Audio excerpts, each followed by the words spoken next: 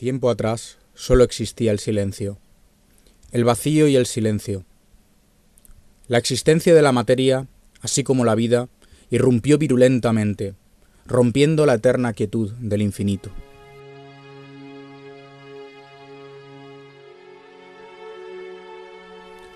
Los sabios ancestrales hablan de que una criatura mágica, un dragón, surgió del caos de la creación y ordenó el mundo que hoy tenemos alrededor. Desde la neblina del cosmos el dragón surge y observa satisfecho y orgulloso su obra.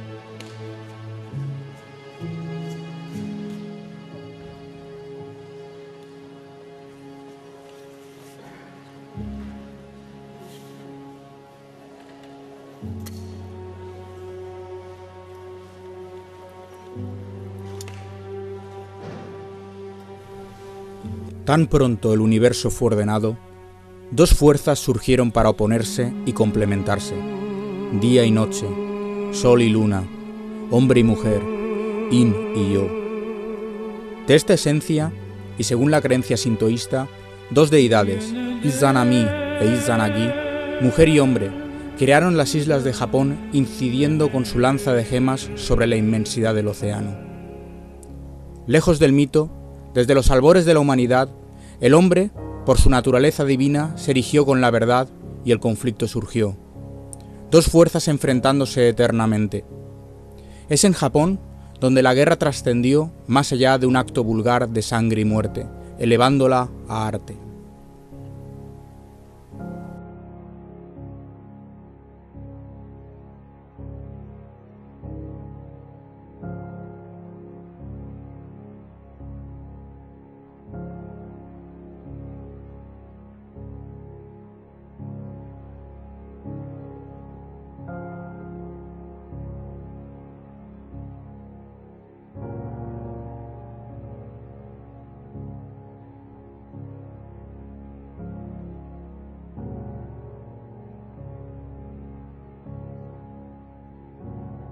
Es la lanza el emblema más clásico de la guerra, desde los doru espartanos o los spetum romanos hasta las yari japonesas, ya sean tácticamente empleadas como arrojadizas o como armas de asta empuñadas a melee. Para las culturas ancestrales de Japón, la yari representaba el arma suprema de la batalla, portada por la divinidad de la guerra, dirigiendo con su punta los ejércitos que marchan hacia una victoria segura.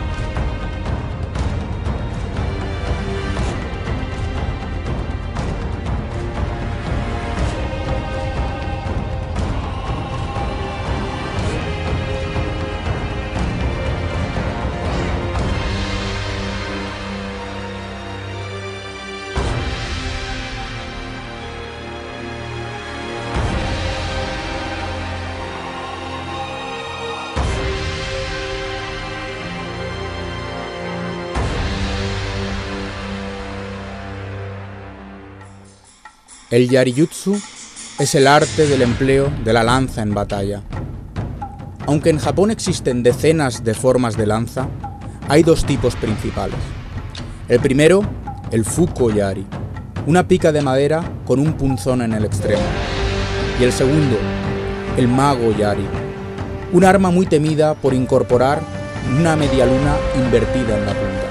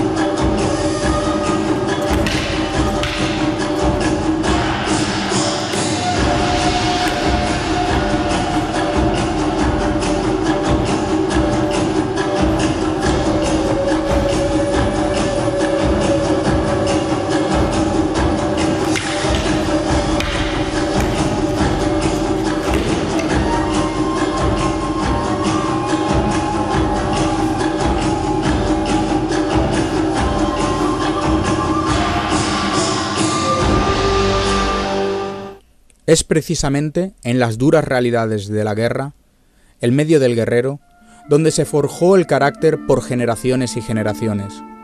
La dureza de la realidad se convirtió en virtud, ya que en continuo contacto con la muerte, desarrollaron una cultura plenamente vitalista. Admiradora de lo efímero, lo perecedero, de lo antiguo en donde se perciben las marcas del camino nunca fácil, donde el guerrero cultivado no solo vive de las victorias sobre los enemigos, sino de apreciar la quietud y sabiduría del momento. Es la gestación de una cultura que hoy reconoce en sus rasgos un patrimonio inmaterial.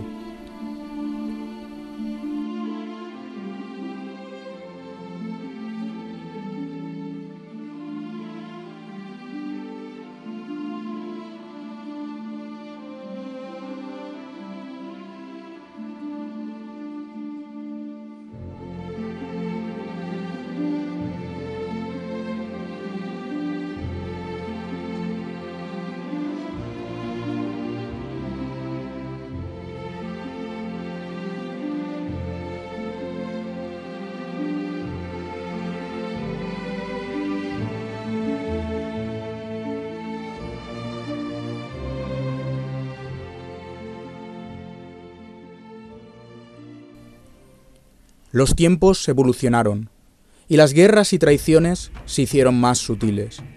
Los campos de batalla, en ocasiones, se sustituían por reuniones, actos sociales o momentos de ocio. Durante el periodo Sengoku Jidai, o periodo de los estados en guerra, situado entre la guerra de Onin en 1467 y el fin de la batalla de Sekigahara en el año 1615 de nuestra era, Japón se vio asolado por intensa y extensa guerra civil. Los daimyo, literalmente grandes nombres, es decir, los señores de cada provincia, se disputaron la regencia del Japón, practicando alianzas, guerras y traiciones. Todo el país se sumió en el caos.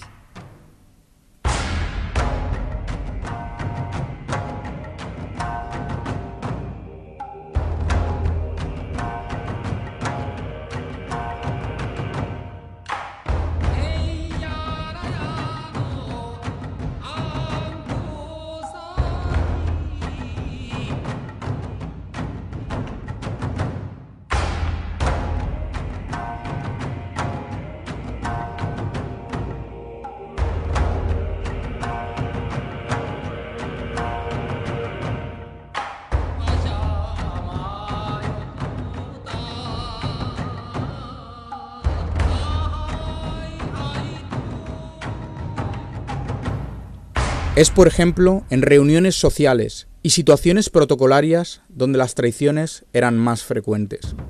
De ahí que el Kankyo-jutsu, el estudio del entorno como defensa, se unía al Bu-jutsu, el arte libre de guerra, para favorecer la supervivencia en entornos cotidianos de vida, pero poco usuales de ser empleados para ataques y batallas en tiempos pretéritos.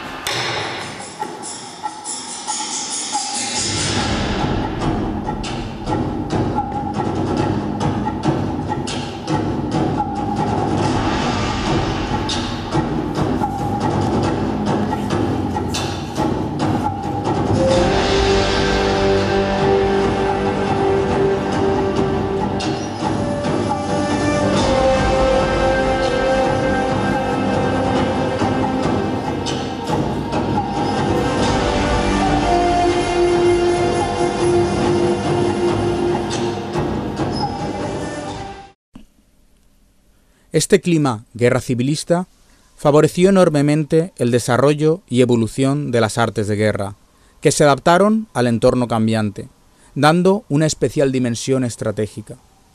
La naginata es considerada como el arma estratégica por antonomasia.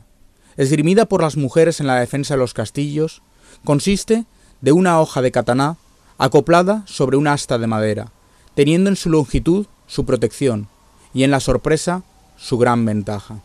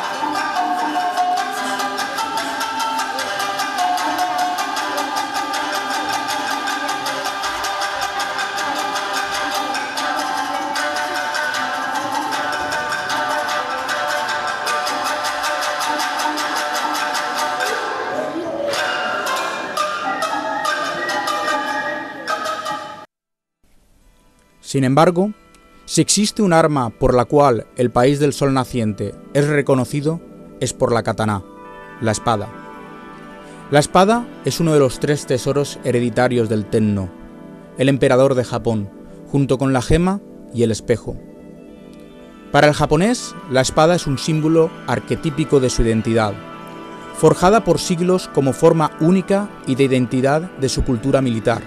La kataná y su forja son no solo un arte, sino una alegoría del carácter virtuoso japonés, sólido, pero con enorme flexibilidad ante las inclemencias vitales del tiempo. Tras enorme esfuerzo por el maestro espadero, el pulido de su hoja reluce y deleita por su belleza y equilibrio, y con alargada trayectoria en el trabajo artesano del acero, su filo es letal.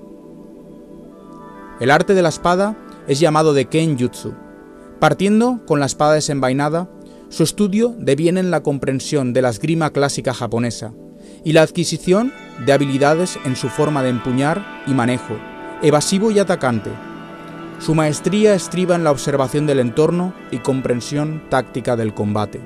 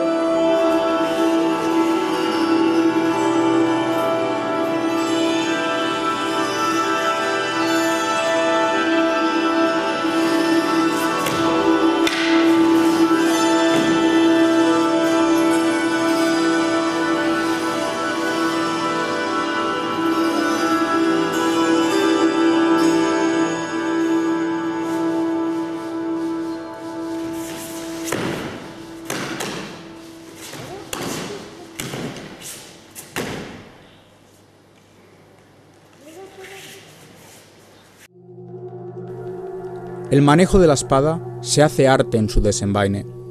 La belleza del movimiento repentino y preciso de su saque hace del Ba-to Jutsu, el arte del saque de la katana, uno de los exponentes más reconocidos de lo que el arte marcial puede llegar a ser.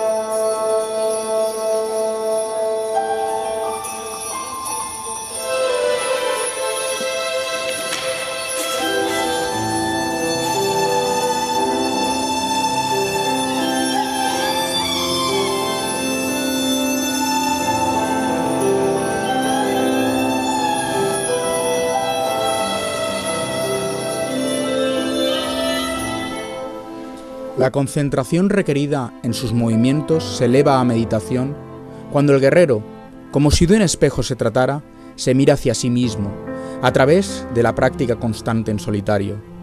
Con incansable repetición en el Ya-Jutsu, el samurái trasciende en su introspección.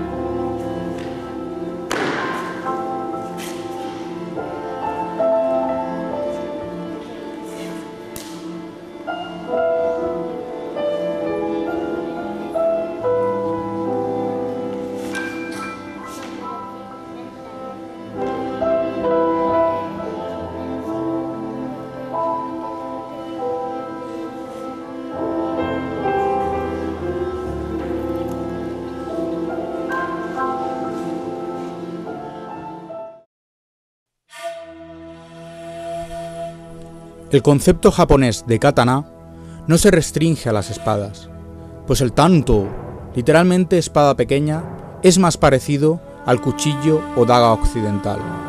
El tanto jutsu es el arte que estudia el empleo del cuchillo en combate. Su importancia se extiende en la obligación de ser portado siempre por los estudiantes de las escuelas antiguas, no importa la materia de estudio. Así también era el arma con la que se cometía seppuku, el ritual del harakiri, suicidio por apertura de vientre.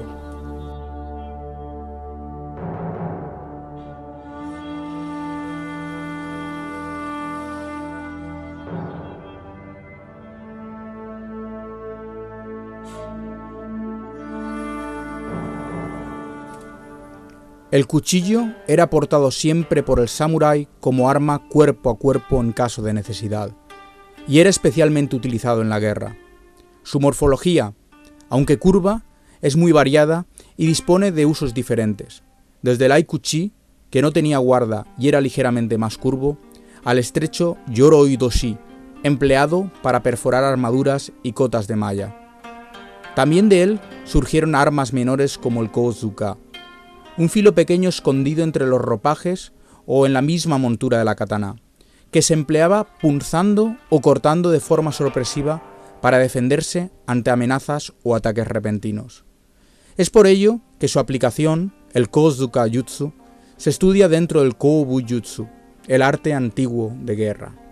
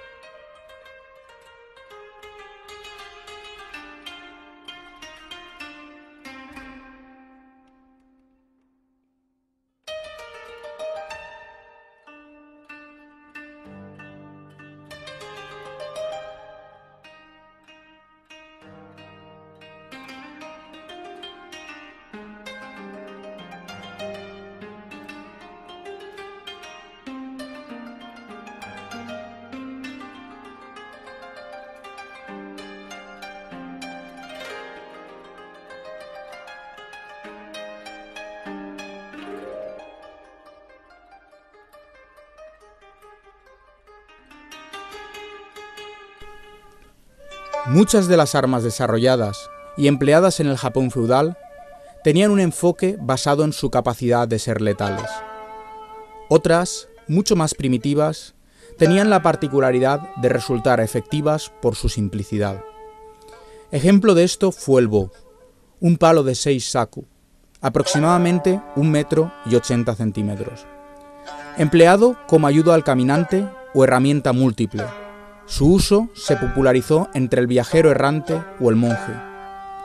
Con el tiempo, junto con el yo, otro palo de longitud inferior que evolucionó de este anterior, fue empleado por el samurái, que influenciado por el budismo en auge, veían en causar la muerte del adversario una debilidad y una importante cuenta en su karma.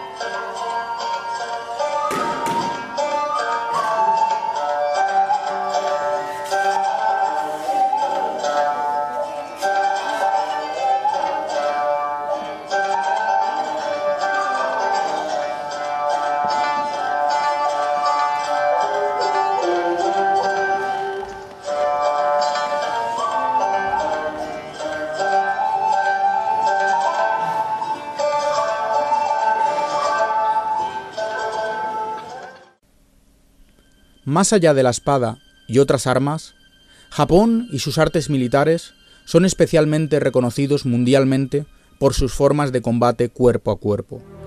El Jujutsu, el método combativo japonés por antonomasia, abarca una gran cantidad de recursos de lucha, desde las formas de aprisionamientos en detenciones a formas de defensa personal empleando impactos, estrangulaciones, controles, luxaciones, etc.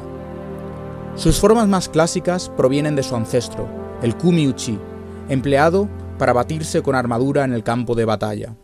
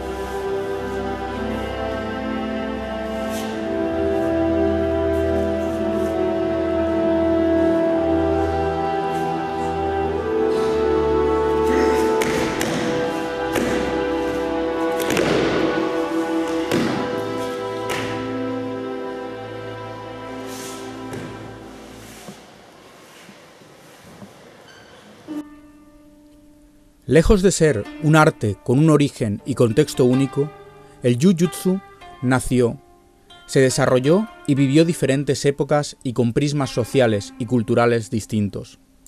Este hecho hace que su estudio no se limite a un simple coleccionismo técnico, sino que su aproximación requiera del análisis pormenorizado de sus propios contextos y objetos. Es por ello que algunas de sus formas pueden ser toscas y agresivas, y otras sofisticadas y cultivadas. Es precisamente la Aikijutsu, una subespecialización del clásico Jujutsu. Con origen cortesano, sus formas partían de los mismos principios técnicos que el Jujutsu innovó, pero su casta y raigambre evolucionaron por áreas distintas. El Aikijutsu, o literalmente el arte adaptable del encuentro de la energía, emplea conceptos muy avanzados para lo que se comprende como un arte de combate. El medio aristocrático en el que se desarrolló lo tiñó no solo de conceptos filosóficos, sino que los conocimientos culturales permitieron la inclusión de principios hoy estudiados en la anatomía y la biomecánica. Movimientos elegantes y aparentemente simples se enmarcan dentro de un mundo de virtudes técnicas y energéticas.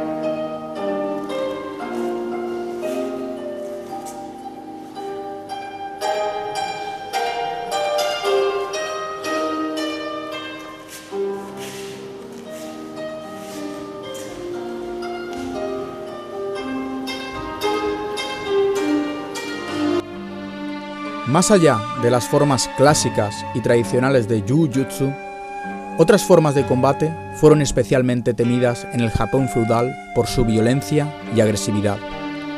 Algunas de ellas basadas en el ataque a huesos y articulaciones, así como por veloces impactos percutientes. Provenían de luchas ancestrales del Japón más profundo, oriundo en sus inmensos terrenos agrestes. Sus consecuencias letales evocaban pánico en las tropas que las sufrían, atribuyéndoselas a criaturas míticas de los bosques o demonios.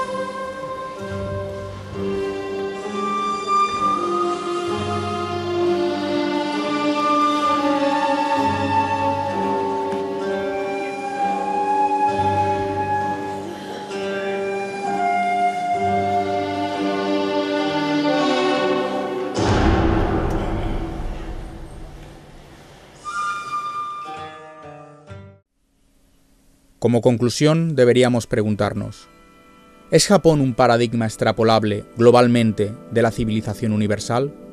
Si lo fuera, cuanto menos podríamos decir que sus formas de combate tuvieron una importancia fundamental en el origen, desarrollo y evolución de su cultura.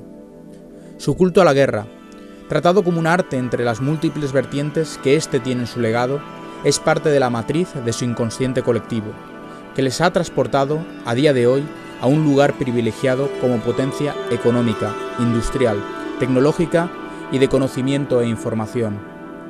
En los días de hoy, ya descontextualizado, toda su herencia marcial y cultural pervive por algunos pocos admiradores de un arte sublime, que expande a eternos límites el aprecio de la quietud, de lo imperfecto, de la disciplina y de vivir el momento presente.